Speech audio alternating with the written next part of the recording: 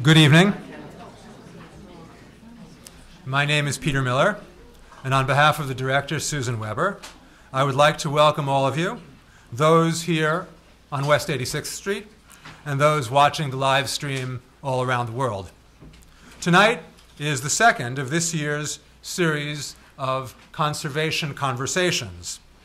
These are themed research dialogues pairing a professor in a humanities discipline and a conservator with the goal of showing, not so much telling, but showing, the material convergences and sometimes dissonances of these two approaches.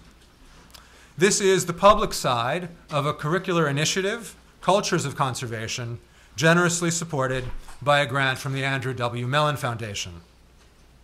Future conversations will occur in February, where our theme is time, and April, which will showcase an existing collaboration between a professor and a conservator, this one turning on the question and subject of books. But tonight, we will be thinking about fashion in general, and I think clothing in particular. To introduce tonight's event, I would like to call upon a member of the Cultures of Conservation Steering Committee, Dr. Gabrielle Berlinger, who is Mellon Postdoctoral Fellow 2013-2015. She was just last month granted her PhD from the Department of Folklore and Ethnomusicology of the University of Indiana with a dissertation on the sukkah as Jewish vernacular architecture. She has been a folk arts associate at the Brooklyn Arts Council, where she last year coordinated festival programming for Half the Sky, Brooklyn Women in Traditional Performance. As part of her Mellon Fellowship, she has teamed up with the Lower East Side Tenement Museum to study their own conservation project and the conceptual questions about conservation in context posed by a 100-year-old tenement turned fantastically successful social history museum. Finally, at the BGC, she is the coordinator of our Cultures of Conservation website. If you're interested, it's located off the drop-down menu of the Research Institute. And so it's my pleasure to call upon Dr. Berlinger to begin this program.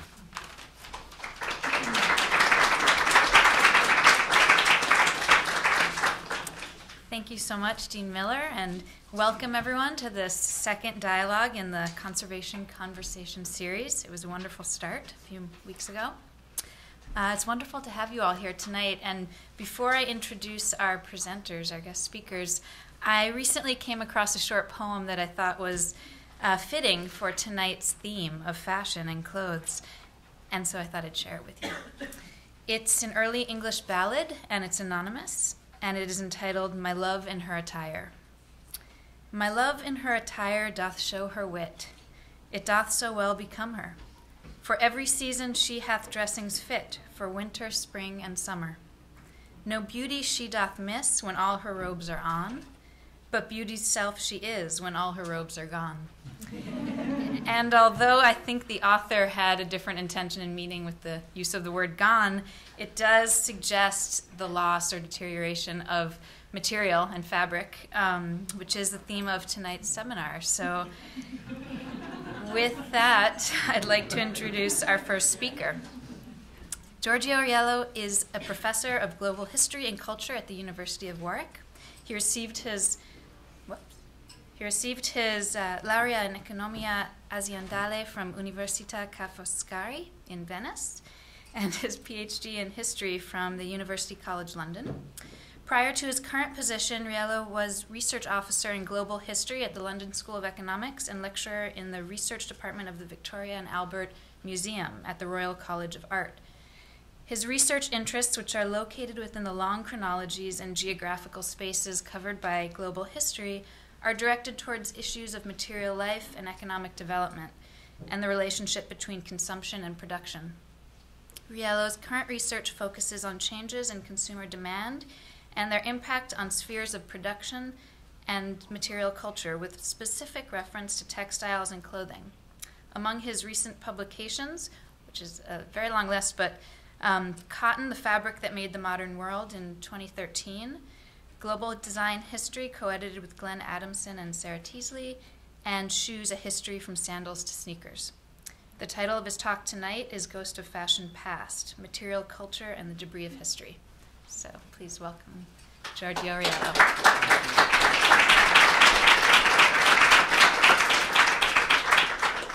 Thank you so much. It's such a pleasure to see so many of you here tonight. And let me first of all thank the Bard for inviting me. It's a great pleasure to share tonight with Sarah. And my paper is really going to be a prelude to Sarah's intervention. So let me start with something that is not a revelation to some of you, and it's more of a confession, because I am a historian by my job. And historians, when they go to a library or an archive, they do not worry about what will happen to the books and manuscripts that they read in 100 years' time. We think that paper is timeless. Paper is, in the mind of researchers, one of the most indestructible of materials. We know that this is actually not true, and the digital age has confirmed that.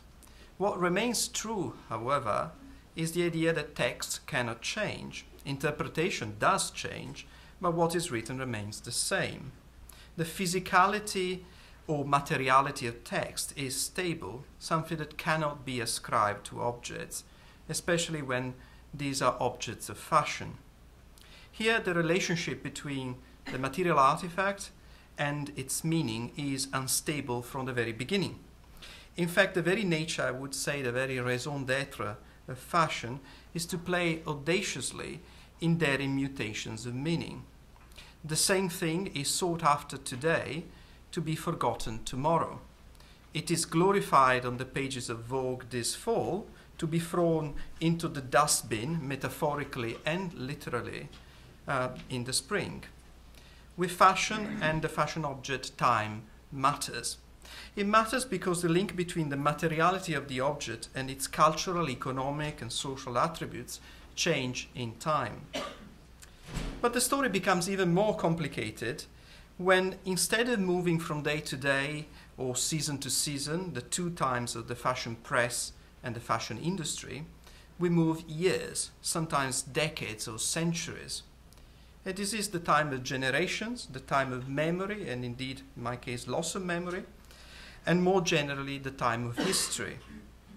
A century from now, our children and grandchildren can find out about the fashion of November 12, 2013 by going to the written word, the newspapers, and possibly also the internet archives. Words will be the same, plainly written in English, French, Italian, increasingly in Chinese, and the issue is one of access and interpretation. Or does it mean that ladies wore stiletto shoes? Who was Lady Gaga, they will ask. But apart from the written, it is the material that will influence future interpretations of fashion. I don't do my research with a Ouija board. I'm a historian, as I said. So I like to not to consider the future, but the past, and to show how conservation, but also preservation and restoration, throw a series of questions to us all tonight about the interpretation of the past, the care of objects, and cultural values and assumptions of these objects. So I've entitled my paper Ghost of Fashion Past because of the spectral nature of what I call the debris of history, the material remnants of past fashion that are key to the interpretation of the past as a whole, and also of its manipulation, distortion, display, and loss. And I'm going to do it via 3 case studies. The first one is a fan, the second one is a car, and the third one is a pair of shoes. I should warn you that these are not your average couture versions of fashion, and that each of them has taken me to a different area of my own scholarship, though I rely heavily on the help of several people, several colleagues and curators in the US, in Canada, and the UK. So let me start with the first object. The first fashionable object for tonight comes from a project, a collaboration with the Peabody Essex Museum as part of an Art and Humanities Research Council network entitled Global Commodities. It is an artifact whose understanding is heavily reliant on conservation. As I promise, it is a fan, and as you can see, on one side it shows some warriors on horseback doing battle amidst an entanglement of birds and flowers. And at the back you have more birds and flowers. Object biographies, in this case, matter. The fan was donated to the Peabody Essex Museum in 1947 as part of a group of 20 similar objects by a certain Miss Catherine Eddy Beveridge of Beverly Farms in Massachusetts. She had inherited these fans from her own aunt and thought that they were acquired in Europe, although the provenance remains uncertain. The fan was duly catalogued as fan, Persian, ? Small tortoiseshell sticks, leaf has applied feathers and flowers. It probably shows signs, then as now, of moth damage. Some of the feathers indeed seem to be very damaged. But generally speaking, these artifacts remained silent for the best part of 60 years, until in 2004, Thomas DeLeo of the Thomas DeLeo of the Fan Association of North America identified it not as Persian but as Mexican featherwork dating from the Spanish colonial period. This is when the ghost of fashion past was resuscitated. All of a sudden it acquired both value and cultural importance out of the fact that these types of feather objects are both rare and highly regarded among curators and art dealers because they blend pre-Spanish Mexican artistic traditions and techniques with European Baroque design. It is for these reasons that the Peabody Essex staff, and among them Karina Corrigan and Dan Finnemore, Paula Richter and Mimi Levesque, became very interested in both the conservation and understanding of this object. Paula and Mimi in particular conducted in-depth analysis, both physical and, as we will say, also more complex. If the object itself is exciting for its cultural and artistic value, it was the process of investigation that added further layers of meaning. In this case, layer is the right word because it was discovered that the base layer of the fan, that is a leaf, on which the feathers are glued, is composed of a made paper. I'll show you a detail. The indigenous bark paper used for centuries in Mesoamerica prior to the Spanish arrival. This clearly confirmed provenance, that it was not a Persian fan but Mexican, but it also showed that the base paper maintained some traces of decoration in red and blue, possibly writing that were visible in the separation of the folds.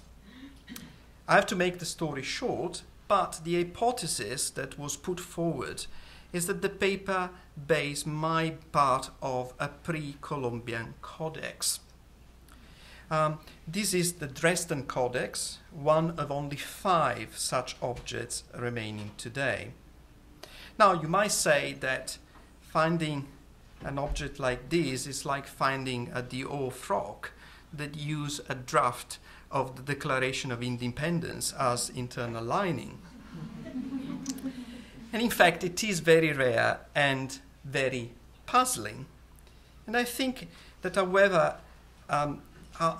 puzzling and rare it is, I think it raises 3 issues for us tonight. The first one is the fact that conservation and analysis led to a reinterpretation, not just of attribution, but also the cultural value of the artifact. No longer a simple fan, and not just an example of a rare fan made of feathers, but possibly a link between Spanish colonial art and pre-Columbian history. Second is the fact that interpretation was possible thanks to both curatorial expertise and the use of technology. The fan was subjected to a series of examinations to determine whether the painted layer could be exposed without removing the feathers. And these, of course, entail microscopic examination, light analysis, through specifically a video spectral comparator, and so on, infrared. The final point is that, unfortunately, all of these came to no avail. The material might have been stabilized, hopefully, but the meaning of the object has been profoundly destabilized in the process, leaving more questions than answers, in the sense that we don't know if actually the codex is behind the feathers. Let me go to my second object, a very different one, and in fact is not about clothing at all. At face value, my second object might be taken as the opposite example of the fun. Rolls-Royces and fashion do not often go together.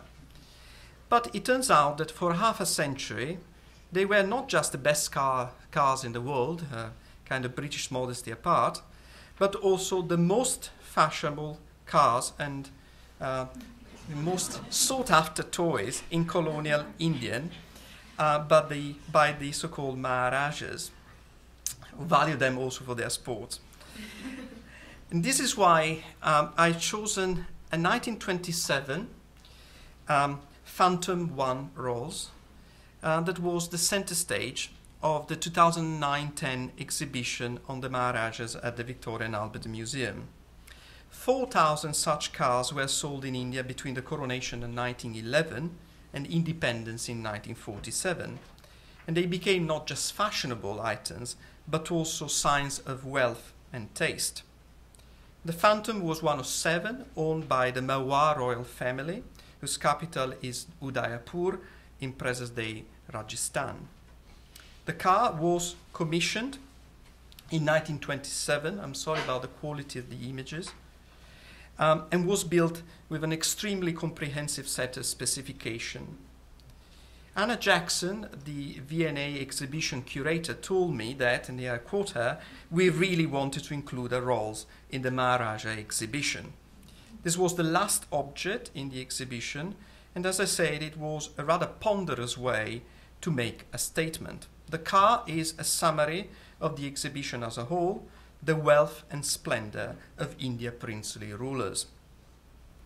Now, it was the Rolls that ruined it for me. These are the words of journalist Jonathan Jones in The Guardian. He thought that it was the icing on a sour cake, of splendid lives bankrolled by the toil and exploitations of millions of Indians. Not to say a proof of collaboration between Indian rulers and the British colonial government. I find instead the car absolutely fascinating by other reasons that I would like to share with you. First, the fact that it was used as an example of Maharaja's cars, though it spent only 37 years of its life in India. Since 1964, in fact, it was produced in 1927 and exported to India, but since 1964, the car has been housed in Britain by 2 different owners. As for our fun, it was a bit of a ghost, indeed it was also a Phantom 1, for quite a few years. It was not registered until the late 1970s and was only put on the road in 1984. Unlike our fun, however, the Rolls has been subject to profound physical changes. Initially it was primrose yellow with grey wings. It was later repainted green, and between the late 1970s and the early 1980s, the entire leather interior was replaced, and it was repainted again, in this case in middle green as it is now. All nickel fittings were redone too. So the second issue that the Phantom Rolls raises for us is the boundary between a process of conservation, defined as any action taken to preserve or prolong the life of an artifact, and restoration, that is instead defined as any action taken to return the artifacts to its original intended state. Restoration might mean quite radical intervention and is big business. Ferrari, for instance, has its own classic cars division dedicated to restoration and certification. Rolls-Royce does not have its own restoration workshops, but relies on several authorized dealers with expertise and knowledge. One such business is Frank Dale and Stepson, Rolls-Royce and Bentley specialists, who among their many works advertise this restoration of this, sorry, it's the wrong image, of this car, originally owned by Nubar Gulbenkian, and considering Gulbenkian colourful life, appropriately recovered in a nightclub basement in France. One can see the extensive restoration, I'll show you the pictures, including mechanical preparation, coachwork rectification, chrome restoration, fabrication, and so on. The result is rather splendid. But one might wonder what is the relationship between the initial artifact and the final one. Between the car recovered in a French basement and the proudly photographed car in front of a country estate. Now, some of you might point out that the car is different from the fan or a garment that normally belongs to a museum collection. The car belongs to a private owner, and an owner, in this case, the Phantom One, I interviewed him. The owner thinks that what is central to the car is actually the performance of its function, rather than to sit on a pedestal. Cars are collected not necessarily for museums and by museums, but by private individuals. So if you think that these individuals have money to spare, you are actually correct. If you think that they have money to throw away, you are quite wrong. There is a certain love for cars, but also the acknowledgement that the collector is a caretaker and that eventually the artifact will re-enter into the marketplace. In this sense, the situation of an objet de collection is not terminal, as it might be for an object that enters into a museum storeroom or collection. And this partially explains why priorities of conservation and restorations are different. Restoration is not necessarily about ensuring the survival of the object or its future enjoyment by the viewing public. It is about present enjoyment by the owner and the future value of the object. Yet it is incorrect to be unduly harsh with the private car collectors. My conversation with the Phantom One's owner convinced me that a different process altogether is here to play. Perhaps in the life of the object, we should not concentrate on the major restoration moments, but on the continuous and incredibly expensive upkeep. The car shows that different types of interventions might be needed at different times. Clearly, there's been the need to revarnish the car every 30 to 40 years, and some major interventions are needed of a certain anthropomorphic characteristics. Now, I'm a good Italian boy, so I should refer here to my mother. My mother takes it as a joke when I make the point that she is a vintage, but heavily restored. Having replaced both hips, she is probably watching. Having replaced both hips, one kneecap, as well as intervention on breasts, hair, teeth, and the articulation of both toes and fingers, one might say that her bodywork is far from so-called original conditions. My mother replies that actually she paid for all the additional bits, and in fact she has been very lucky not to need any donors. Car, by contrast, are kept alive thanks to other donor cars. Parts are sought from scrapped cars. The possibility of extending the life of a mechanical object depends on the life cycle of donors. And this is where age matters. Rolls-Royce cars are not easy to keep in working order for the very simple reason that there are very few donor cars of the same age that are scrapped. Even if they are in terrible condition, a pre-1945 Rolls is always worth restoring. Different is the case of a post-1945 Rolls. Today you can acquire one for just $25,000 and you can either restore it or use the spare parts. However, our 1927 car has few so-called age friends, that is to say other cars of the same age that might be used to get spare parts, although the occasional road accident might provide a new bunch of spare parts, as was the case for the owner of this car. The case of the Rolls, however, reveals also the other side of the investment in collecting, the liability implicit in caring for something that is old and in need of constant repair, like my mother. While humans have a finite set of parts, indeed my mother has only 2 hips, fortunately for my bank account, the same cannot be said for cars. It is true that some cars, like humans, need more TLC than others, but in the case of Rolls, the problem is the very complexity of the artifact. There are objects that are more difficult to care for than others. Rolls have up to 3 times as many parts as a Cadillac or a Chevrolet of the same period, thus making restoration much more expensive, but also adding kudos to Rolls among collectors. I'm trying to convince you that the restoration of a car might be heavy-handed compared to the conservation of a fan, but it is not the main difference. In the case of the car, one might see a continuous process that is neither conservation nor restoration, but simply intervention that comes to create a particular bond between the artifact and the owner. The ability to perform its function is not something natural at all. The fan will never be used again to provide relief from the intense heat. A car that cannot run instead is mute. It might be extremely beautiful, as in this case, but without speed or the engine noise, it is effectively dead, a bit like a dead corpse. It is for this reason, this is the reason why the Rolls have been pampered since it was bought. But let me return temporarily to the museified car. For a while it was actually in a museum, not performing its function. The Rolls-Royce was the odd one out, simply because it was probably the only artifacts on display in that exhibition that was still in use. And this might partly explain why the Guardian journalist was so enraged. Yet for me it is a strange object because its restoration since it arrived in Britain in 1964 was used to bring it back to a former glory and represent the heydays of the Maharajas back in India. It is a bit of a perverse.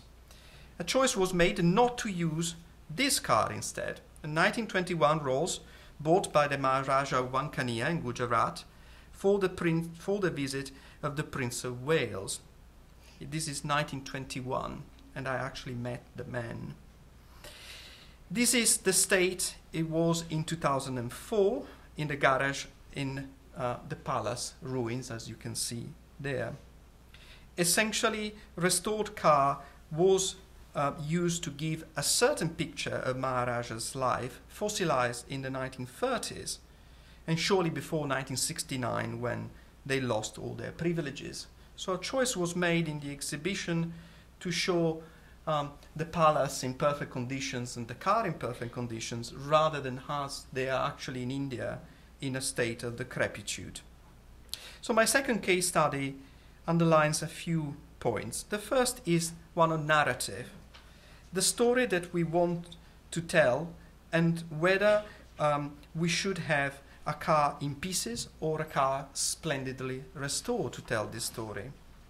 The fact that many artifacts are in private hands and the owners might think differently from a museum. And thirdly, the fact that we should not necessarily see a gulf between conservation and restoration. Now, I indulge myself a bit too much with the Rolls, I admit, so I have less time for my final case study that goes back to my interest in footwear, as you can see.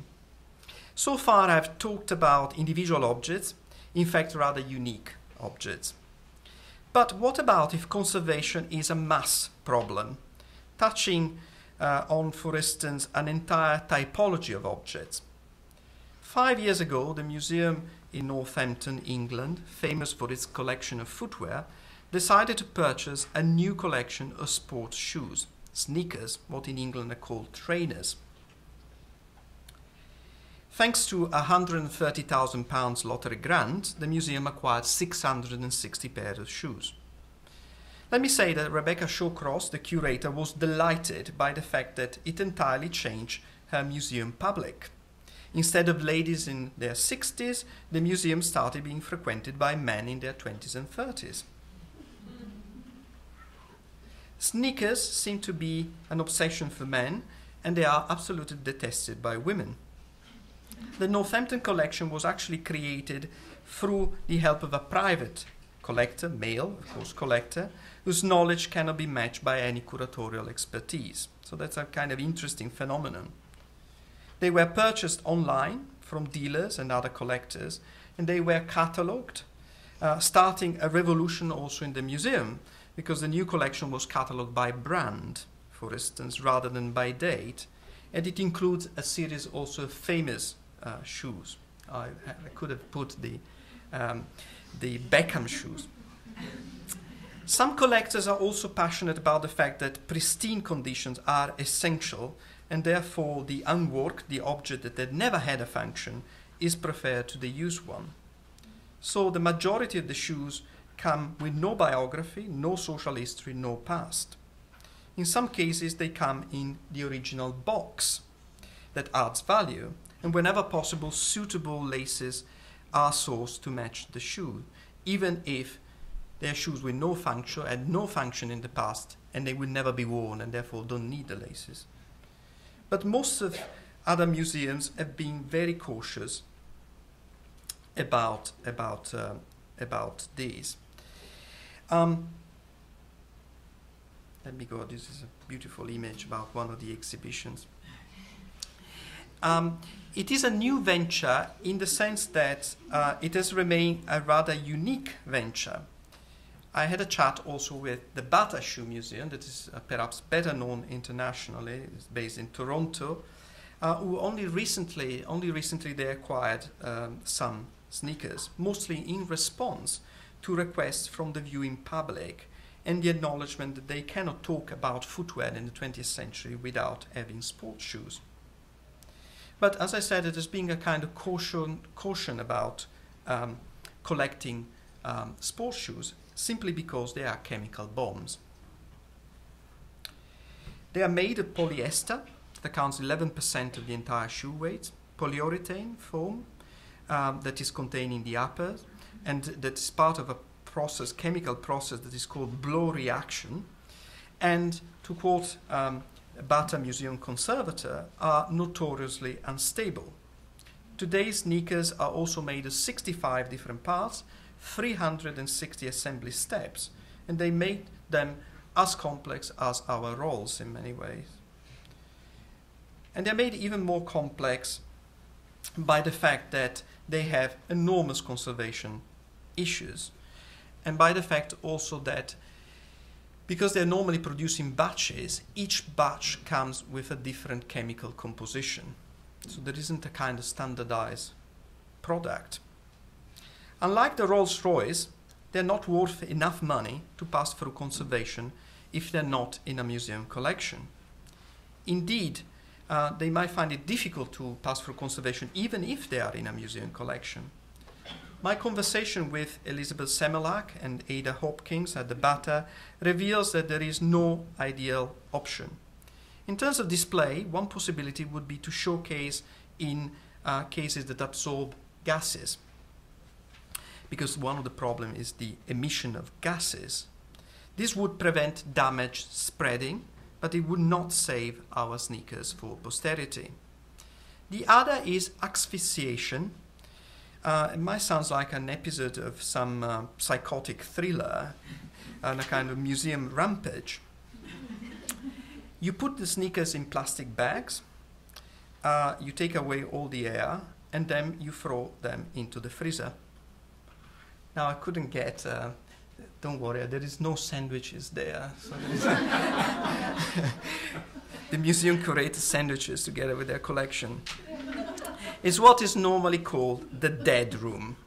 Pretty drastic if we might have future museums full of freezers waiting for objects to be woken up and relive. And here we look a bit at the future, if you want. Northampton has a new and exciting collection but the museum does not know if the collection will exist in 20, 30, 50 or 100 years' time. And I'll show you why. This is the shoe I started with, and this is actually how it looks from behind. This was worn, as you can see, but the damage is actually not about wearing it. This is another one, and this is the sole. They have separated the sneaker collection from the other parts of the collection, and they started switching on their freezers. The K is already at work, and some of the sneakers are not deemed to be part of the collection. These were not made part of the collection. Indeed, while I was writing this, I passed through in London. Sorry, the picture is not very good. So what you might decide to do instead with your sneakers. So I like the fact that the sneaker seems to breach our two previous examples. As omnipresent objects of fashion, their conservation will require a revisiting of the very notion of conservation and restoration. The second point about this case study is that it opens up a problem of representativeness for us. Are we going in the future to have few examples of the most common types of footwear, either because they fall into pieces or because museums refuse to collect them? And finally, the acknowledgement that all of these were goods, items of apparel, artifacts that were never intended to last or last long. So their struggle to survive seems to be part of a mass consumeristic genetic code embedded in them. As fashion is fast these days, so the life of things is equally fast and fleeting. So, in conclusion, in my three examples, I want to complicate the view of what conservation is, what it is for, and for whom. I've chosen cases that highlight both the material instability but also instability of meaning, as I do not think that the two can be separated. In some cases, conservation seems to enhance understanding. It can propose new narratives, and it can sometimes simply be the acknowledgement that nothing can be done and there is no solution at present. Material preservation and conservation are investment plans, the care for the future. I come from a country, Italy, that owns about a quarter of the world's artistic heritage. And you hear stories of fresco ceiling losing bits or entire houses in Pompeii falling down. And I'm always amazed that it does not happen more often, just because of the sheer inability of preserving a continuously expanding material past. So in conclusion, I would not worry too much. Going back to the reflection about 100 years from now, 2113, lucky us that not all the garbage, tat in English, of the fashion of 2013 will survive, but only a selection will reach 2113. The rest will be a ghost of fashion past. Thank you.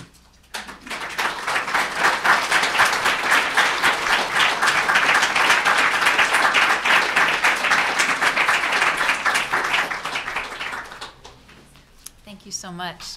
I'm sure everyone has lots of thoughts and questions, and I didn't mention this earlier, but you can save those for after both presentations. We'll all have a chance to sit at the table and begin the conversation. So please remember all your ideas.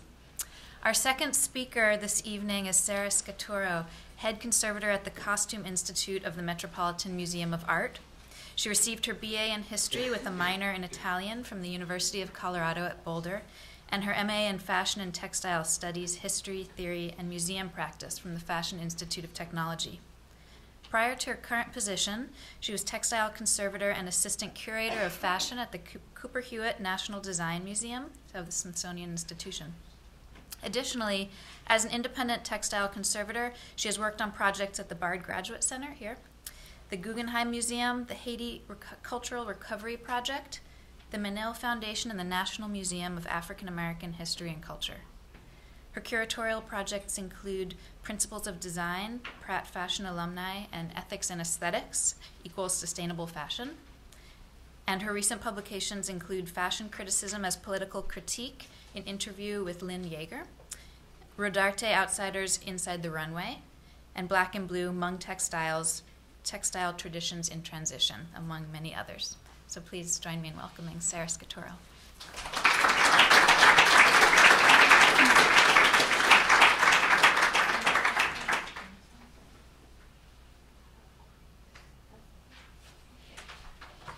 Hello, everyone. First, I'd like to thank the Bard Graduate Center for inviting me to speak tonight, especially with such an esteemed professor as Giorgio Riello. I really enjoyed your lecture. Whenever I give someone a tour of my conservation lab, usually the first response is the statement, "It looks like a morgue." I can't disagree, as human-sized objects are placed on human-length tables and draped with white linens, as if these coverings could somehow protect us from absorbing the deathliness underneath. Tools such as tweezers, scalpels, and needles are lined on trays, alongside microscopes and suction devices. People wearing white lab coats and blue nitrile gloves lift off the white covers, revealing what is below. However, unlike a morgue, the dissections carried out at the Costume Institute in the Metropolitan Museum of Art aim to reverse mortality by bringing our objects back to life. Sometimes we succeed, but sometimes we don't. Death and decay is omnipresent to a conservator. With our highly trained eyes, we seek out condition ailments, the imperfections of everything we touch. We ask ourselves, can I fix this? And even more importantly, do I need to fix this? Or is this an imperfection that I can allow? Will this flaw lead to further damage? We are often asked to imagine the future decay and damages that could potentially arise decades, even centuries into the future. We struggle to put in place strategies and practices as insurance policies against such possible occurrences. We will likely never know if our actions ultimately work, as they have long-range intentions. As survivors of long-gone times, we want these objects to outlive us. What happens when fashion fails? I don't mean the fashion system or even the fashion image. I mean the actual fashion object, that material essence that someone covets in their search for a fashionable appearance.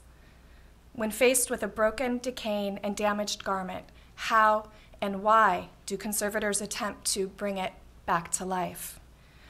Fashion was never meant to endure, so what does it mean when we try to make it persist longer than its maker intended?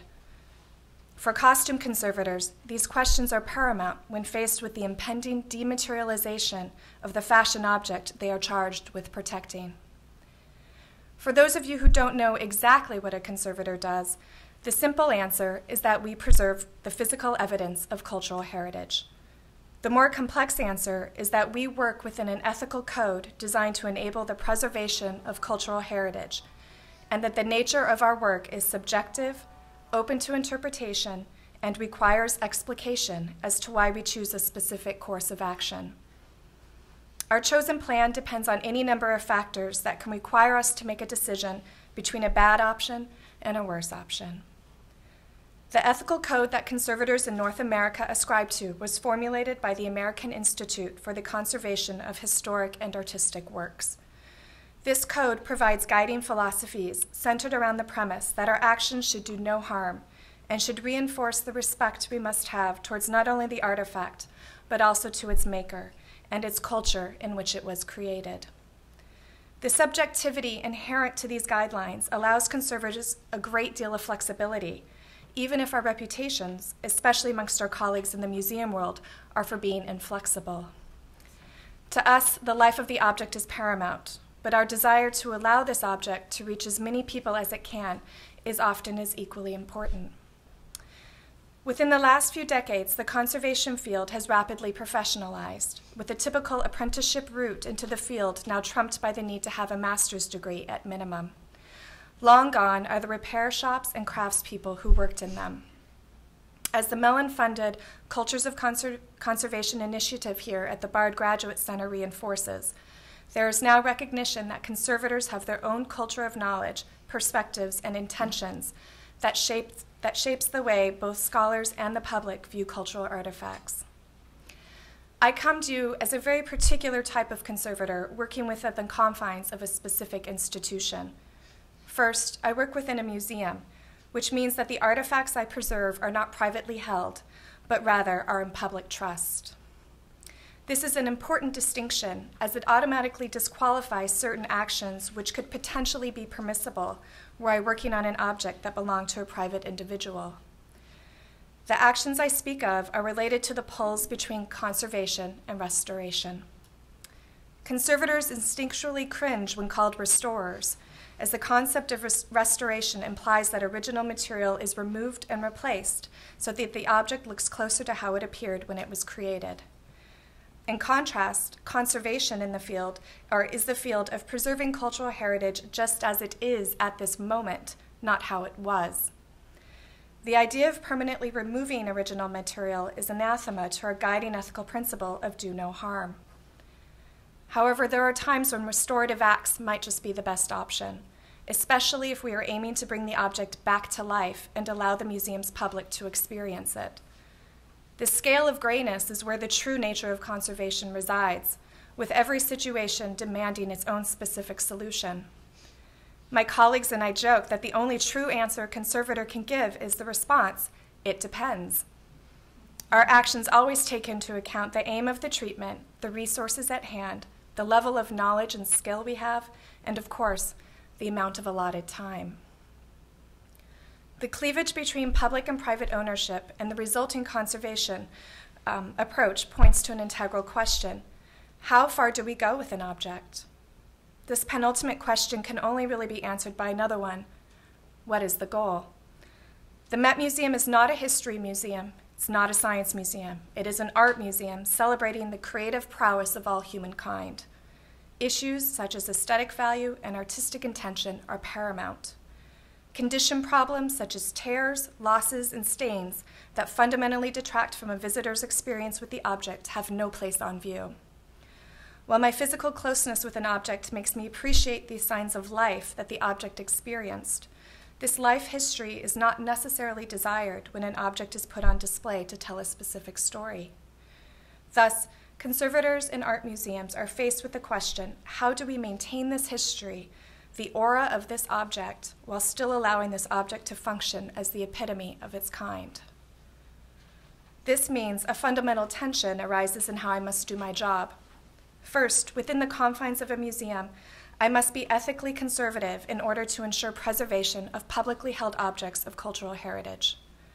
Yet, at the same time, I am charged with making sure that the objects chosen for display have the aura of freshness and beauty worthy of being in one of the greatest art museums in the world. While each medium has its own conservation challenges, I dare say that costume is one of the most difficult.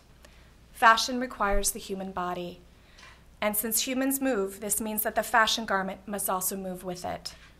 In order to do so, the fashion garment must be plastic and unfixed, meaning it occupies a precarious position, as it is neither physically stable nor permanently secured into any one form. Clothing appears two-dimensional when hanging or lying flat, yet is suddenly launched into the third dimension when its core requirement, that of being worn, is demanded.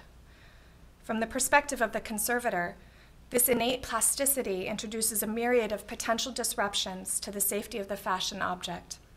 As the garment moves with the body, seams, intersections, apexes, and planes are stressed and strained beyond recovery. Garments retain these traces of damage that appear days, years, or even centuries after the movement occurred. As a costume conservator, I must accept that every time I simply move a garment, the flexion disrupts and decays it, if even just by a trace.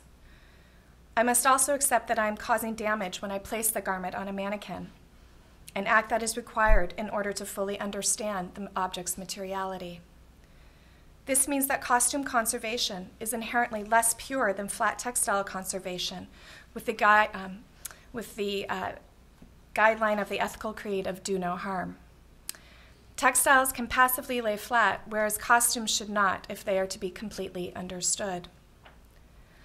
Although garments can transition throughout many planes and take different forms, there actually is an idealized shape and space for the garment to occupy. This ideal zone is predicated on the body for which the garment was meant and the time in which it was made. As every fashion historian knows, the ideal body type has changed over the centuries, and thus you cannot simply place an 18th century garment on a 20th century body. If you do, you will skew the object's interpretation, and it will simply look wrong. But more disastrous from a conservation perspective is that if you don't mount the garment on an appropriately shaped form, you will damage it through creating stress at points where the ideal shape is not achieved. What you don't see when you visit a fashion exhibition is that every mannequin has been padded or cut to achieve not only the correct size and shape, but also to fully support the garment so that it is less stressed.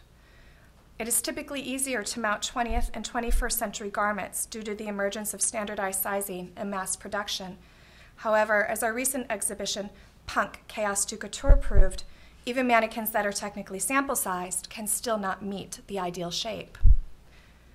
The mounting process also reveals secrets about a garment that could easily be overlooked should it solely be studied flat. I recently had the opportunity to document the couture garments of a well-known art patron and socialite active in the 1940s and 1950s. Her cleverly constructed couture clothing did not fit a form which otherwise was appropriate for her size and shape. It was only through the act of placing garments on the form to determine the correct shape and silhouette that I discovered she likely had one breast about 2 inches higher than the other. The mounting process quickly divulged this information, which otherwise could have only been ascertained through painstaking measurements. To further complicate the conservation of costume, we cannot forget that the fashion object is fundamentally meant for use. An extension of the body, the garment inevitably bears scars. Stains, holes, tears, and yes, even odors are memorialized in the garment. One of the most pervasive problems that conservators face is the dreaded effect of sweaty armpits. Sweat is acidic and thus causes staining and weakness in the fabric if it is not flushed out. Since many historical garments, especially those made of silk, could not be laundered, we often see underarm areas that are discolored and literally dropping away due to shattering fabric. As a conservator, there's little I can do beyond stabilizing the damaged areas through applying protective patches, as the damage to the fabric is irreversible. Irreversible. That is a word that conservators fear. To us, it means two things. First, our ethical code mandates that every action we carry out must be reversible. That is, it must not permanently alter an object's essence. Secondly, it connotes a type of condition problem that we cannot fix, a too common reality that underscores how helpless we really are against the relentless effects of time on aging objects.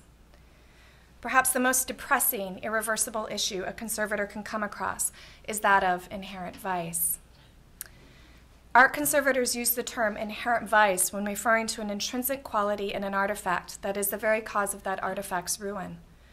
A form of self-destruction, inherent vices cannot be removed from objects that contain them, just like your sneakers that you were talking about.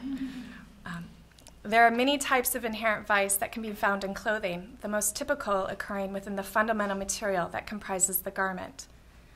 Many 18th and 19th century fabrics, especially those made of silk, are literally shattering or crumbling into dust due to the use of metallic salts and other inorganic materials called mordants that were used to fix their dyes. Synthetics polymers that came of age in the mid-20th century have uneven and unproven aging properties. While polyester appears to be relatively stable, other synthetics like polyvinyl chloride and polyurethane can spectacularly self-destruct, displaying symptoms like oozing plasticizers, crumbling foams, and peeling layers. When faced with an object whose very nature is to self-destruct, the conservator has limited choices. Since the inherent vice cannot be removed from the object, often the only options are those that try to mitigate or slow down the damage through a tightly controlled environment and adequate physical support. For the remainder of my presentation, I will use two case studies to illustrate the decision-making process in all its subjectivity and ambiguity that the conservators and the Costume Institute go through when faced with the goal of preparing objects for exhibition. While all of these examples feature inherent vice, they have radically different outcomes. Our recent exhibition, Impressionism, Fashion, and Modernity, beautifully told the story of the relationship between artists and fashion in the last half of the 19th century by juxtaposing fashionable garments with evocative paintings. One of the most spectacular garments in the exhibition was this Charles Frederick Worth evening gown, circa 1882, we affectionately dubbed the debutante dress. While visitors saw the gown as a frothy confection straight out of a Tissot, what they didn't know was that it had undergone over several hundred hours of research, documentation, and treatment to allow it to be displayed.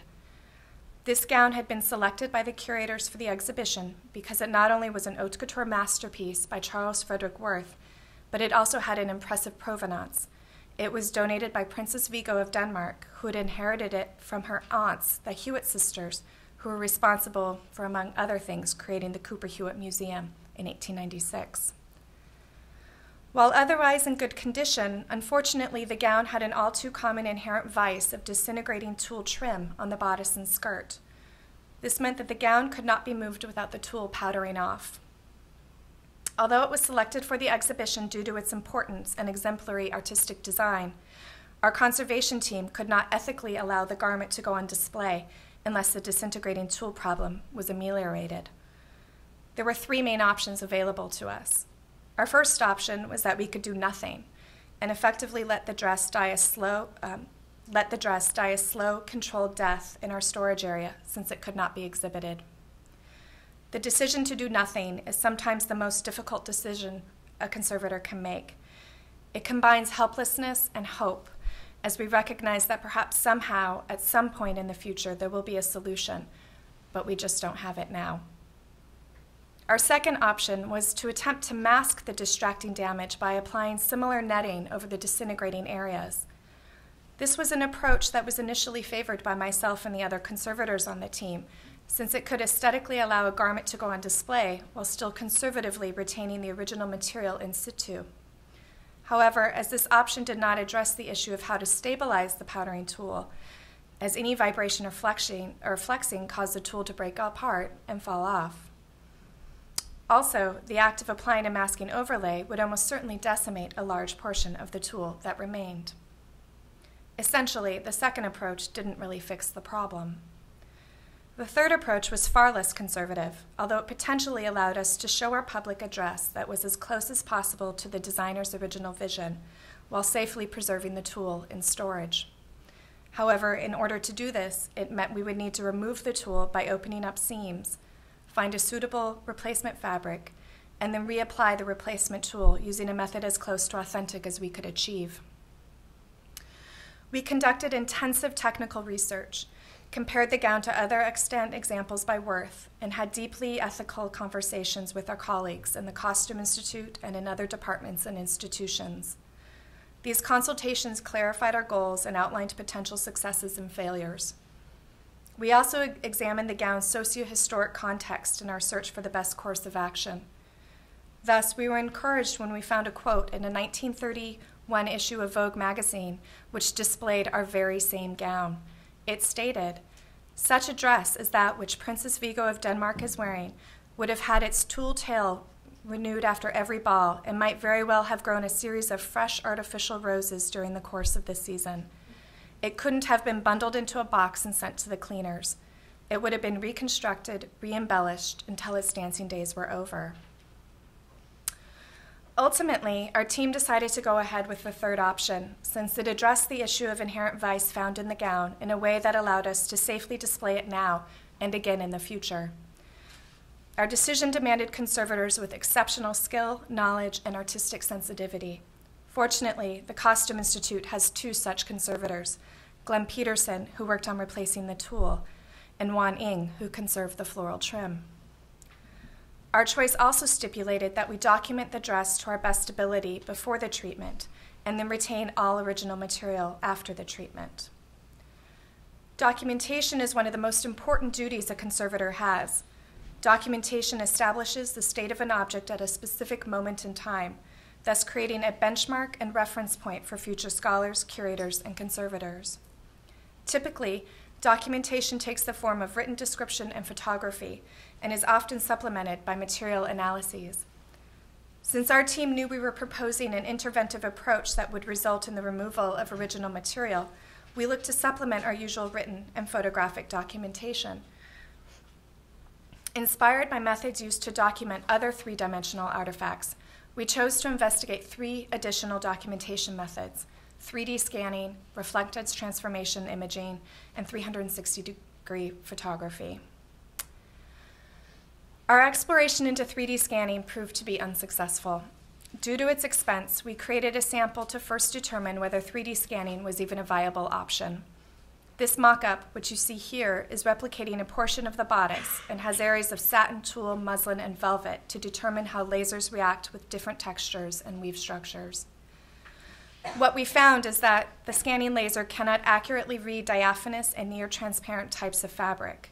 You can see this here in the black parts at center, where it wasn't able to render information.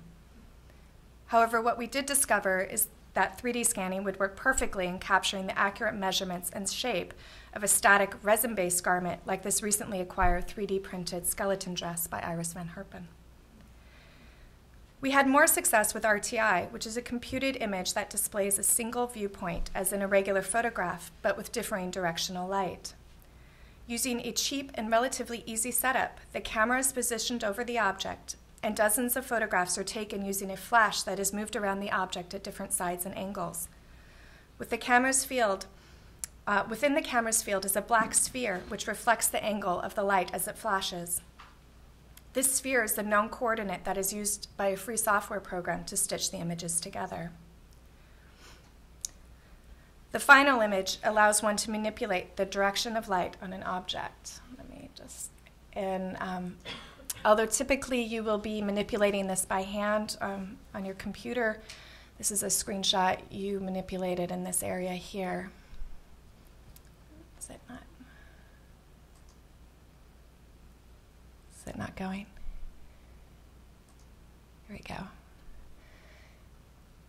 So as you see, essentially it produces a variety of raking light perspectives.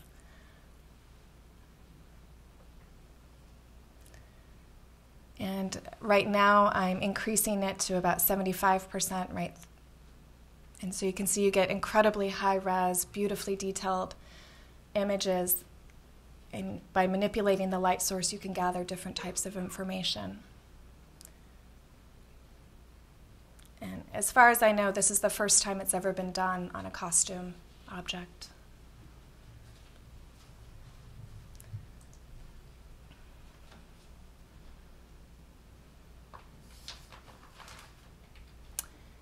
Okay. So we also had success with 360-degree photography, which, although not a new technology, is not typically used for costume conservation purposes. The Met Museum has recently purchased a 360-degree setup, and thus our photography department was excited to work with us. And here is a time lapse showing the process. And we're all kind of standing around going like, what do we do? What do we do? How do we do it? And 360-degree photography is a fancy name. You just sit the object on a turntable, and a motor just rotates it very slowly at different increments, and you'll see that here. And the camera just snaps a shot. And this type of setup, after it does one full rotation, the camera moves up a certain number of degrees, and so eventually you'll be getting a set of images that allow you to, when stitched together by a computer, manipulate it in almost 3D totality. Okay, so I'm going to pause this and then. All right, so now here is the actual image. So on the left, you see the before, and on the right, you see the after. And you're able to view. And so this is just that first shot of photographs at this level, although technically you could have it go all the way around. But I think you see that it does aesthetically look much better. So, thank you. I am confident that our decision to remove the disintegrating tool in order to achieve our goal of sharing this stunning object with our public was the best, most ethically balanced choice I had. In fact, when we opened up the seams, we saw the remains of different tool, suggesting that the 1931 Vogue article had some veracity.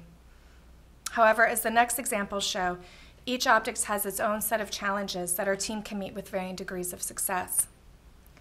We are currently preparing for our upcoming exhibition, Charles James, Beyond Fashion. The exhibition celebrates not only the Anglo-American designer, but also the reopening of the renovated Costume Institute galleries. It will draw from the extensive archives now in the possession of the Costume Institute, and will include a complete look at James's process, highlighting not only his incredible ball gowns, but also his tailored daywear, uniquely constructed dresses, and partially finished toiles. Unfortunately, inherent vice runs rampant through many of his designs, most notably in his ball gowns, which feature complex architectures supported primarily through laminated layers of atypical and unsympathetic materials. His famed swan and butterfly gowns almost all have the dreaded issue of disintegrating chiffon, a problem further complicated because James sparingly tacked this diaphanous fabric to a hard shell layered with materials like satin, felt, and haircloth. While not as decayed as the tulle on the Worth gown, the chiffon's condition issue is central to our team's conservation approach. As of now, our treatment plan has not been confirmed, although we are investigating leaving the chiffon in situ while applying protective overlays of custom-dyed satin and chiffon, which will mask and stabilize the damage more effectively than chiffon patches alone. James' iconic four-leaf clover dresses all exhibit the same inherent vice, with the satin exterior dramatically abraded due to the loss of delicate warp floats rubbing against hard foundations, and his sculptured skirts collapsing under their own weight. The skirts of these dresses are particularly prone to damage, since each layer has an exterior of fragile taffeta covering rigid materials such as nylon horsehair, millinery blocking net, and even the nonwoven interfacing known as pellon. As the garments have aged, each material undergoes a different amount of dimensional change, shrinking, warping, or loosening, further exacerbating the tension between fabrics sewn together. Our treatments for the clovers are still pending, and we are investigating a combination of protective over and underlays combined with customized mechanisms that stabilize and support the skirts of the gowns. Lastly, the Costume Institute conservators were recently faced with the discouraging case of a dress that had an inherent vice that made it ethically difficult for us to even attempt its treatment in order to render it safe to display on a mannequin for the exhibition. This dress is an example of James's innovative spiral construction technique, and more importantly, comes in a hue that, while unusual for James, does demonstrate his mastery of color. The dress's vice is that the delicate orange warp yarns are breaking as they age, with the added stress of hard metallic wefts that abrade the warps with every movement. This is resulting in splits in the dress along the weft direction and silver spots where the orange silk warps have disappeared.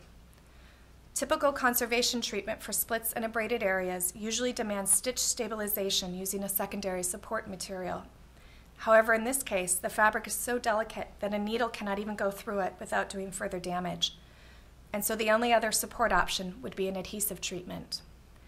In order to carry out such a treatment, we would have to take the entire dress apart, and even then, we could not guarantee that the adhered fabric support would be adequately supportive without altering the drape and look of the gown. Also remember, the adhesive treatment needs to be reversible. Additionally, the act of taking the dress apart could create more damage, and the ingenious spiral construction makes restitching the gown highly challenging.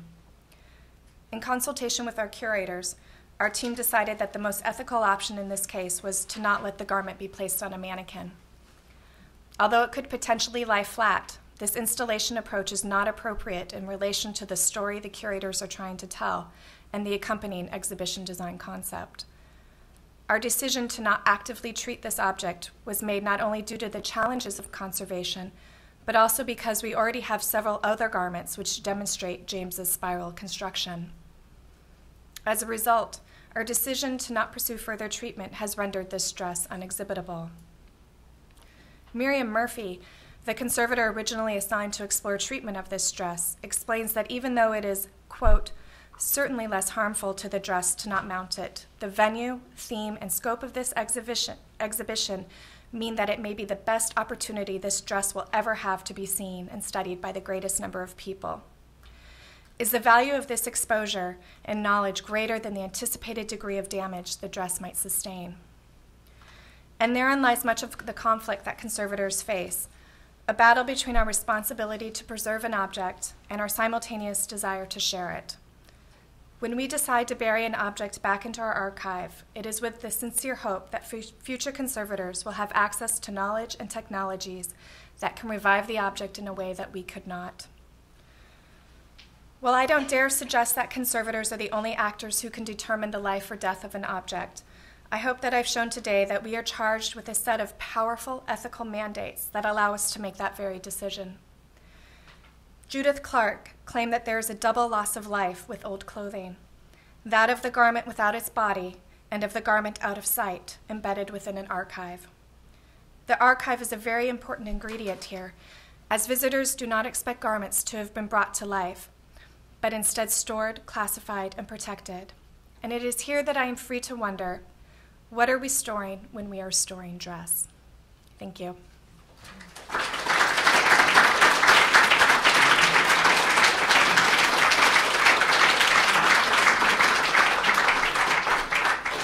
Thank you so much. I'd like to invite both our speakers now to the table, and we can sit and begin our conversation. Oh, yes. Thank you.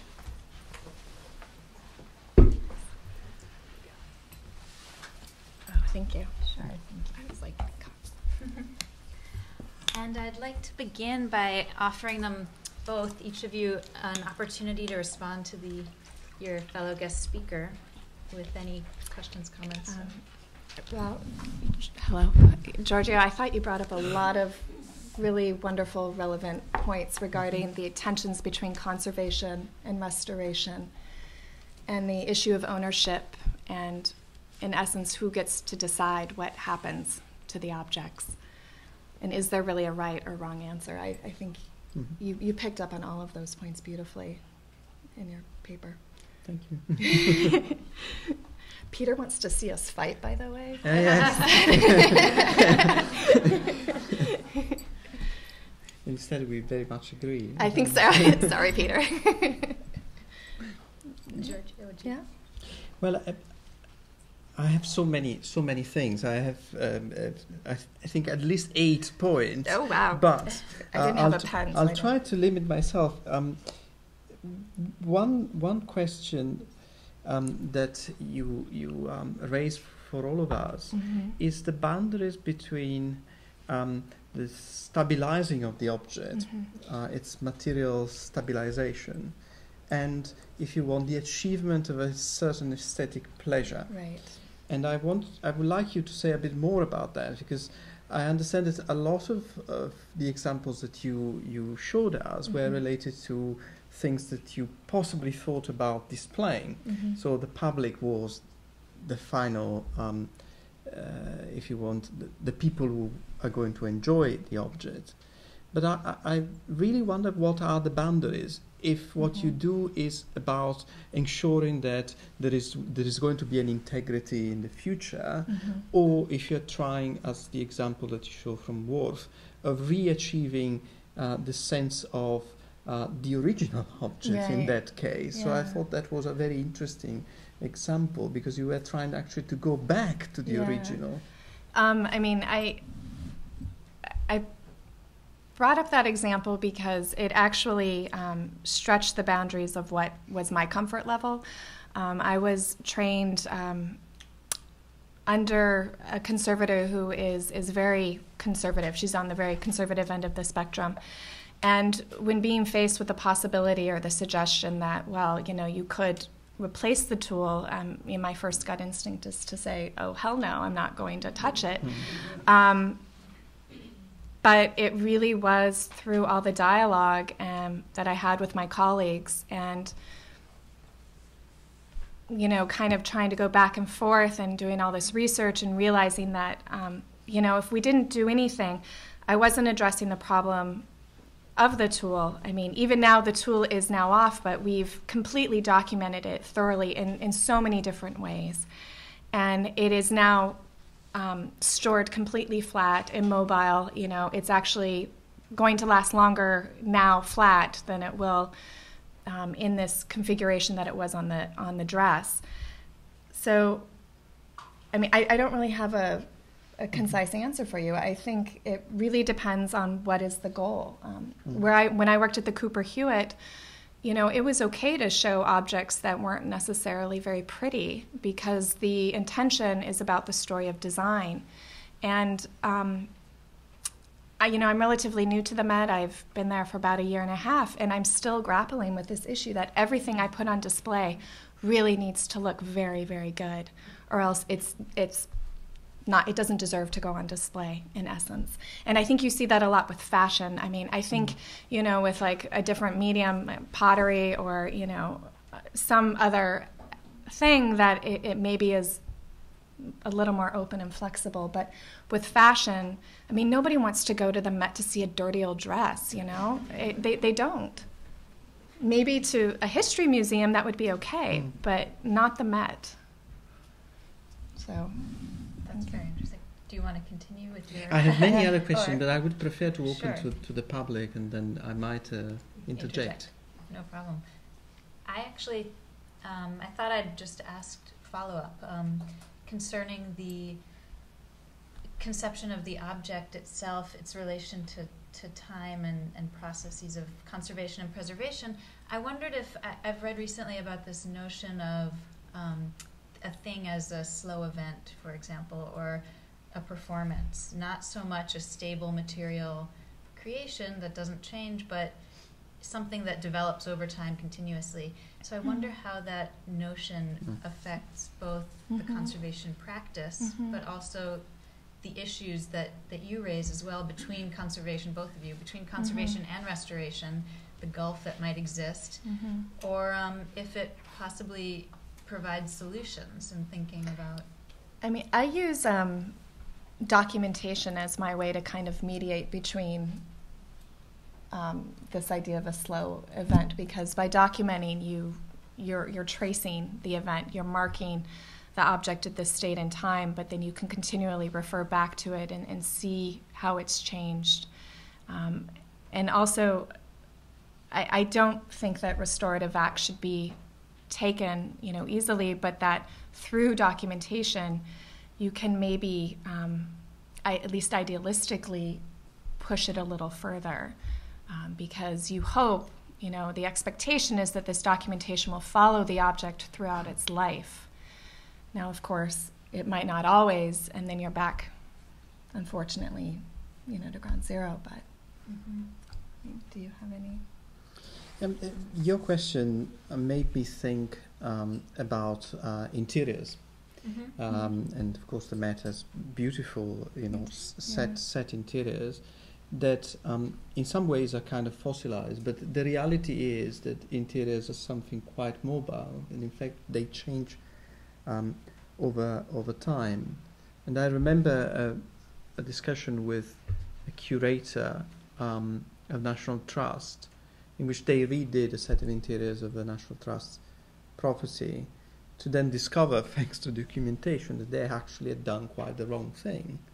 And so they had brought it back to circa 1912, and they decided that it had to be taken back to circa 1890, and essentially had to dismantle and rearrange the entire interior. So the documentation is very important. The other one is, if you want to acknowledge a life cycle of objects, that they have a lifespan, that they're not there forever. I know that your job is actually to say, they will survive us and they will continue. There is a kind of myth of immortality, but the reality is that they won't. The majority of them will have to die and will have to disintegrate and so on, and simply to acknowledge that. And I became very much aware of that, actually, with paintings. Alberto Burri, a very famous Italian painter, didn't want any of his famous sackcloth paintings to be restored, because he had this idea that they had to fall apart. That was the original intention in many ways. Lady Gaga's meat dress. The meat dress, yes. Go back to Lady Which Gaga. is a conservation debacle. Yes. Because it was never meant to be conserved. Be cured. Cured meat. Let's talk about it after. Well, yes, in the back. 30 years ago, maybe 35, Diana Vreeland at the Met had one of her amazing shows. In this immense show, there was one room called the Old White Room, and I think the show was called Vanity Fair, but I could be wrong. The All White Room was women's undergarments, everything from pantaloons to tea dresses, all white cotton or linen. Every item was laundered, bleached, starched, and pressed. Very affirmative treatment. Do you think that could be done today? It depends. It really does. I think we could perhaps achieve the aesthetic intention through conservative means. I know that most conservators are very creative, and we really do want the objects to be put on display in the way that the curators really want to see them. We do want to tell this story, and so if we can, within our comfort zone, we will. And that's the other thing. I mean, conservation is very subjective. What I would do, another conservator would not do. And you just have to accept that. So. Yes. So I was powerfully struck in Sarah's presentation by the way in which the conservator, rather than being associated with, let's say, the instrumentation that studies materials or the pursuit of techniques, the way you pitched it in terms of the keywords that appeared was really in terms of time. Right. That in a way, I mean, would it be the case that if the conservator was not working in a museum, that they could be considered an archaeologist? Mm-hmm. That what you have is a history, which is to say the passage of time, folded into an artifact, and what you do in a certain way is pick it apart. I mean, I thought the most telling moment was when the solution to the problem of the tool was discovered through the very traditional method of research. You go and you read something, and in that reading was the material solution. Well, it wasn't. I wouldn't say that was the material solution.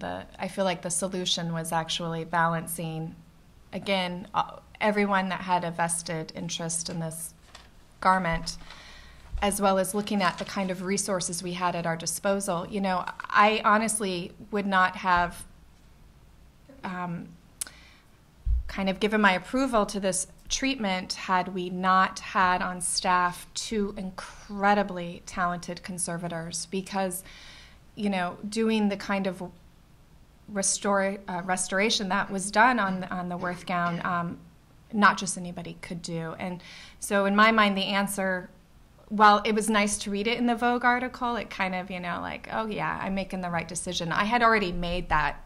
I was pretty sure I was going to make that decision. I mean, we do always consult socio-historic, sources.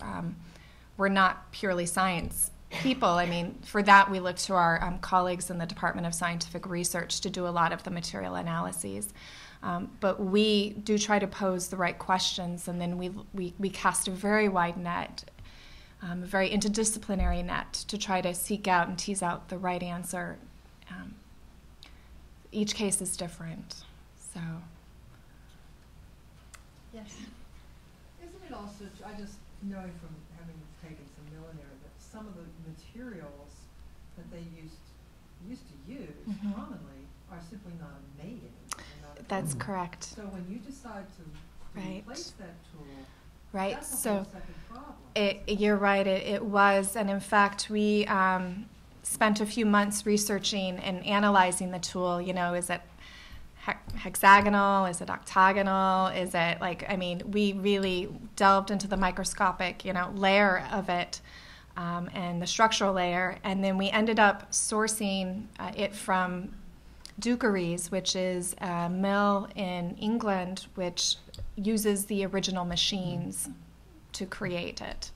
And so we were able to find a purveyor who was able to provide us with pretty much the exact match. Not totally, but as exact as we could get. And again, all of this research and documentation, sketches, micrographs, samples, you name it, they're all saved. We've documented it all. Yes. Thank you to both of you. I really enjoyed both talks. And I acknowledge that this is a conservation conversation, but I'm wondering whether you could describe how these ethical considerations might apply to those of us who operate beyond conservation and museum display. Do you mean in just like handling objects, or in your? Question of, I guess, to display or to keep things private, and even sourcing materials. I mean, it seems like questions of time. Does that make any sense? And longevity of materials. Yeah. So, you know, a lot of what I talked about is really also only a fraction of my job. I deal with collections, storage, and loans, acquisitions, research, etc. But I do field a lot of queries from the public for private conservators. And I have a list of conservators that I think look to the American Institute of AIC, it's called, and really try to at least follow those ethical guidelines. And it doesn't matter whether you're in a museum or not. If you call yourself a conservator, you really do need to have that awe and respect for cultural heritage, and you really, you know, should be looking to preserve it.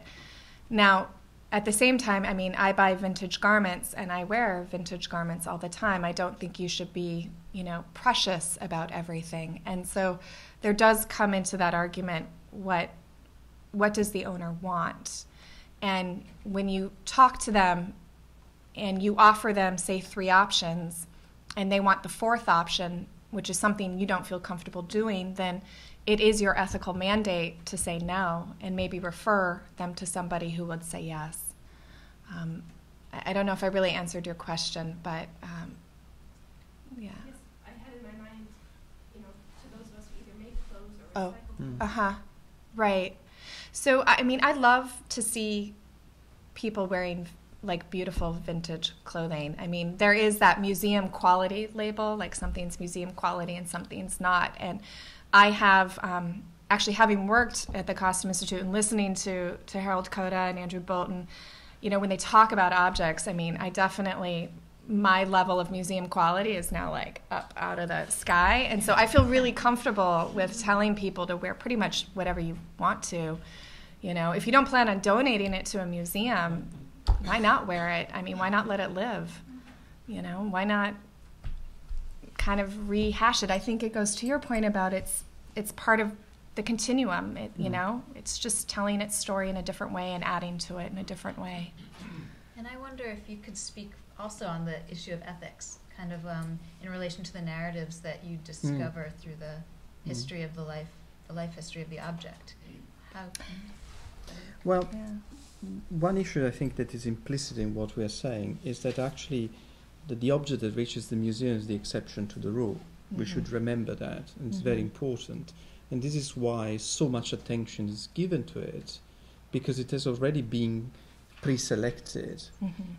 Once you made that selection, you have to live with it, in the sense that you have to take care of it, and you have to spend absolutely gigantic resources compared actually to the original value of the object. So it's actually a process in which the museum should be very much aware in the future about what actually is accessed into their collection. Oh, well, I mean, we're very much already aware. Including the fact that I was very struck by the fact that you actually started producing new artifacts through digital photography. That again will raise all sorts of issues in the future. So you're kind of doubling up your existing collection and creating also new materials in which at the moment I don't believe the museums have a great deal of expertise in terms of preservation for the future. So that opens a series of different, much more professionalized ethical issues. In my case studies, clearly the odd one out was the object that is still in private hands. But my conversation with the owner of the Rolls was the fact that he was very much raising all sorts of issues that you were raising. And he was talking about restoration in a very positive way. And he said, well, actually, yes, we're trying to bring it back. But he was actually talking about, for instance, mechanical parts and how you reproduce mechanical parts by going back and doing the research about the original material and so on, and spending enormous resources that are actually private money in that case, and it's a one-off very often. So it's not even backed up by, if you want, the system of health that you have in terms of ethical codes, but also system of health of going to colleagues and finding out and have the expertise of colleagues. So it's a different world in that sense. I loved your concept of the donor cars, and we don't really do that in the museum. Have donor dresses. I mean, sometimes we do try to source new things. I mean, we do have sample collections or study collections of objects that were deaccessioned because we just don't have the resources. But we don't often scavenge them when bringing them into our objects, mainly because we also want to make sure that anything we add to our object is archival and won't degrade our object sooner. So there are a lot those issues as well. I thought it was very interesting, the printed calico gown, in which you said that part of it was digitally... so the whole petticoat was digitally reproduced as it's missing. We only have the robe à l'anglaise, the actual robe part. And so, again, in discussion with our curators, we decided that we would pursue, we have the fashion district here in New York City, and so we knew that we could find probably somebody that could help us do a really wonderful reproduction print of it using digital imagery. Would you have used another garment that you actually know that does not belong to that, to pull them together? I think aesthetically we would not have. We would have just let that void, white muslin void be there. And then what happened with the digitally printed art? Is it kept in the collection as a prop? Or It's kept in our installation collection. So we have a big collection of installation props. Yes, Deborah. Yeah, one thing that's kind of missing from this whole discussion is the symbolic value of objects. Because you're both talking about an incredibly sophisticated material understanding of what these things are, whether it's a car that has some part of it's changed or a dress that has something that's replaced that's so perfectly substituted in the original that almost nobody can tell. So, and yet at the same time, there's a sense, are you preserving the symbolic value in this kind of ironically material way? Or is the symbolic value no longer operative because it's just, it's only the material that matters? I just wonder, it's a continuum obviously, but people who study stuff that's in bad condition are interested in it as a historical document and as a symbol of what it did in its own time, whether or not it's well preserved or not. Right. So, where does that take you with costume and with cars and things that have a different set of values? The case of the car, I think you're totally right. The symbolic value was central to the entire, especially when, at the point in which it was put into a museum, because it was there to have a very precise narrative function. And that function, as I said, was quite peculiar. It was a function that was given to represent India at circa 1927, when the car was produced. So it went back to a kind of point of origin, as a kind of baby car, if you want, the point in which it was generated, ignoring everything that happened afterwards, so effectively hiding it, because we know that the car is one of the basic symbols of the splendid life of the Maharajas. And this is why it was such a controversial object in many ways. Because, as I said, you could have used the car. I wouldn't have minded, actually, to see a car in pieces at the end to disrupt the narrative, because the narrative was left up in the air at the end of the exhibition without saying what happened next. So it stops in the 1950s. And so it was an object that was partially timeless. So they gave this idea of timelessness.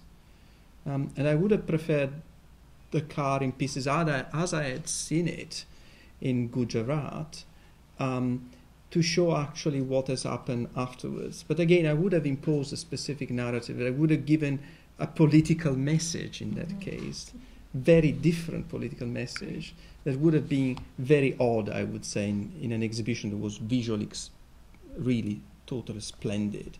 So certain choices were made very much on what you were saying about the symbolic value of these objects. I think a lot of that goes to the story that is told, particularly when it's exhibited. What does this object symbolize? Why is it chosen? Why is it here and being displayed, this message? Yes. Well, sort of in relation to this idea of symbolic value, could you talk a little bit more about the sneaker collection? And in other words, what's the nature of that? You talked about mass consumption.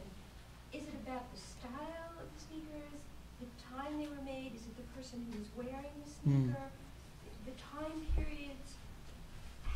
What's the nature of that? Because it makes you feel that every single one is worthy of being purchased. You know what I mean? It's like, as somebody once said to me, that thousands and thousands of radios were produced in the 50s. Do I have to own every one of them? That kind of thing. Now, this goes back to the very nature of what a museum is about, and there are different kinds of museums. In this case, it's a museum specialized in collecting footwear. And so their mission statement is to give you a sense of evolution over time and to give you a sense of design and materials. And so their selection was about representing, in this case, the major brands. So this was a new concept for them too, because normally shoes are not collected by brands. They're collected mostly because they are good design. In this case, it was done by brands. So they had to have certain brands, Adidas rather than Reebok and so on. And they had to have also type of sneakers that were considered very famous. So that the collectors, in this case, is the expertise of the collectors, said, you must have that because you cannot tell a story of sneakers. So it becomes a story of sneakers, not a story of design or a story of social life.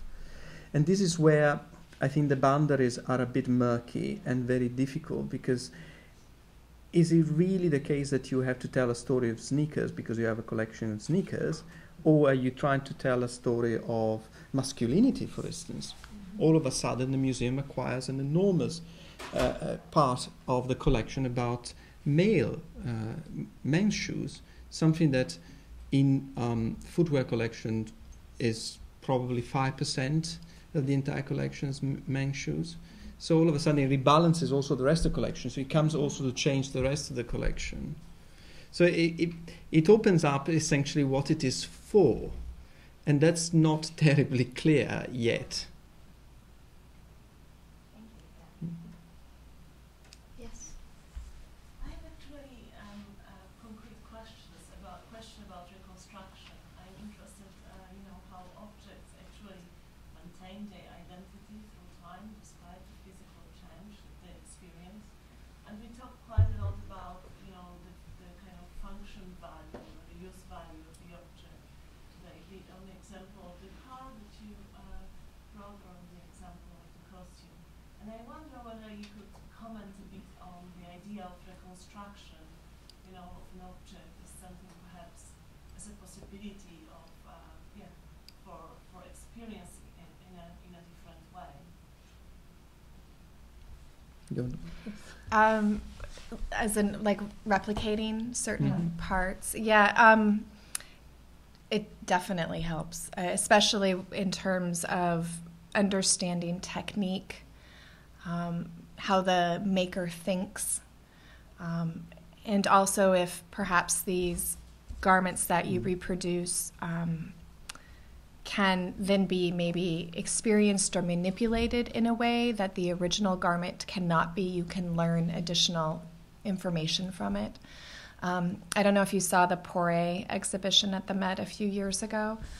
There was this beautiful animation of this kind of just piece of fabric that wrapped around the body and was seamed. And in order to actually understand that piece, we did do reconstruction. Well, I didn't, but the team did. And we do have this garment now, this reproduction garment. And we take it out and we use it when we want to instruct or, talk to people about it and show them how it really works. So, I mean, I think in all levels, trying to replicate techniques gives you a knowledge that you cannot just learn from reading or from viewing something. The specific case, I was one of the people in the audience when it was literally torn apart, taken off the living mannequin, and it was incredibly surprising because the construction was so simple. It was done, by kind of rectangular panel. All of a sudden, you realize the simplicity of it, and that can only be done. You can write an entire book, but you will never understand it without seeing not just how it was done, but also decomposing it. So it's the physical action of taking it out. The cases I have presented are actually quite peculiar in that sense of reconstruction. Because they would be very complex, all of them. The car, of course, with thousands and thousands of parts, you need a technical training that is not part of many museum conservators, I would say, and is a challenge even for specialized mechanics. The case of sneakers is even more complicated because sneakers change entirely the product of what footwear is about, because it's no longer about a technique of making. In this case, is a kind of industrial production. You cannot redo it yourself. They're not something that you can do without an industrial structure behind it. But so what does it mean to... Right, but I'm just thinking, so we have in Charles James' archive, we have the patterns of his clovers. And, I can't reproduce really another clover. I mean, they're insane when you start studying it. But what I can do is take these patterns and create my own identical patterns from them and try to put them together. And through that, even though I'm not actually recreating the object anew completely, but I'm still kind of, I'm learning a lot more about it by trying to at least, tinker with it in a different way. So I think with like sneakers, I mean, there is a way that maybe you could take similar materials and try to manipulate it into the form. I mean, yes, I suppose there is a kind of degree of approximation. It's true that the sneakers are made in such a way that really just the assembling of the parts requires tooling and a scale of it that is really quite difficult to achieve. But even approximating gives you knowledge. Will give you the idea, yes, of course, yes. In fact, I was very surprised to find out that it has, 65 parts. I thought that many less, and 365 and 60 stages for producing a pair of shoes. That was quite astonishing. So it would be interesting to think what they are, for instance, even if you don't physically do it. Yes. I wanted to go back to the bodies that were the owners or second owners, the users of these objects. And Sarah, your work is very hands-on, has to be. And I wondered if you want to tell us today if you ever use the objects that you're working on, if you're tempted to try them on. Never. I do, though, anthropomorphize them. I give them genders. I mean, I don't even mean to, but you work on a dress long enough and it becomes a she. What about gloves or hats? Things that you can easily slip on and I would never do that. Well, then it's good you're not a conservator. But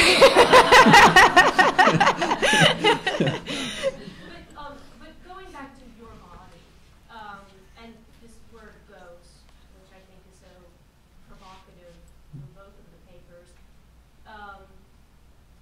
Sarah, you mentioned that one case where the mannequin had to be cut down. Right.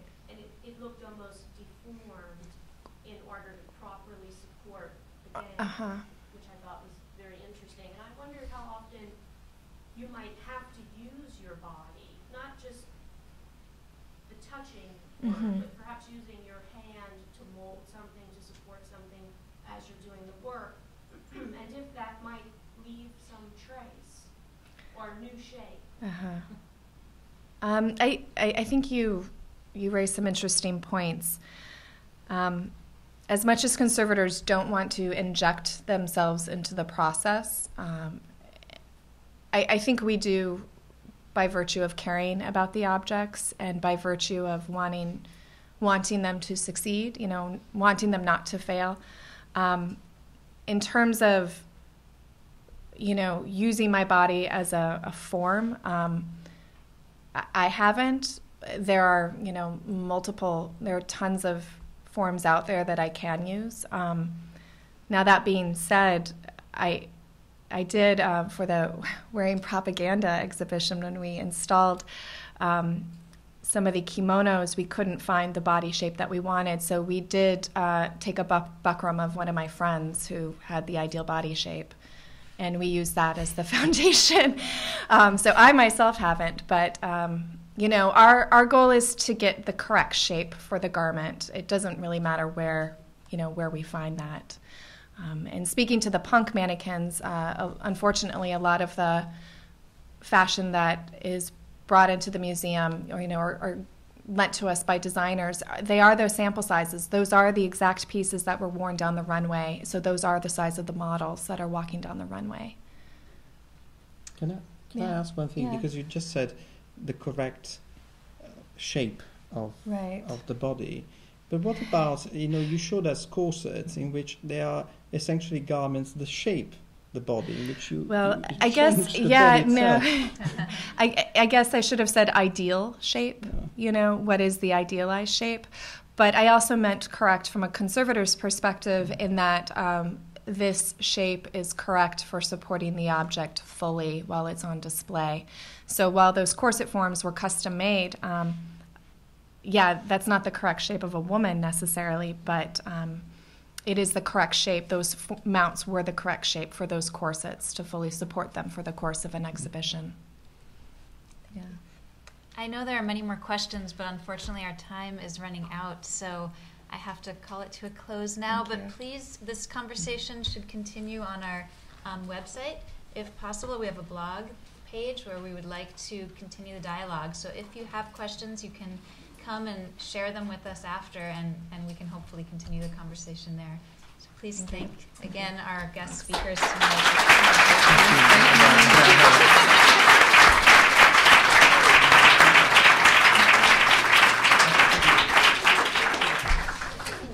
Thank you so much.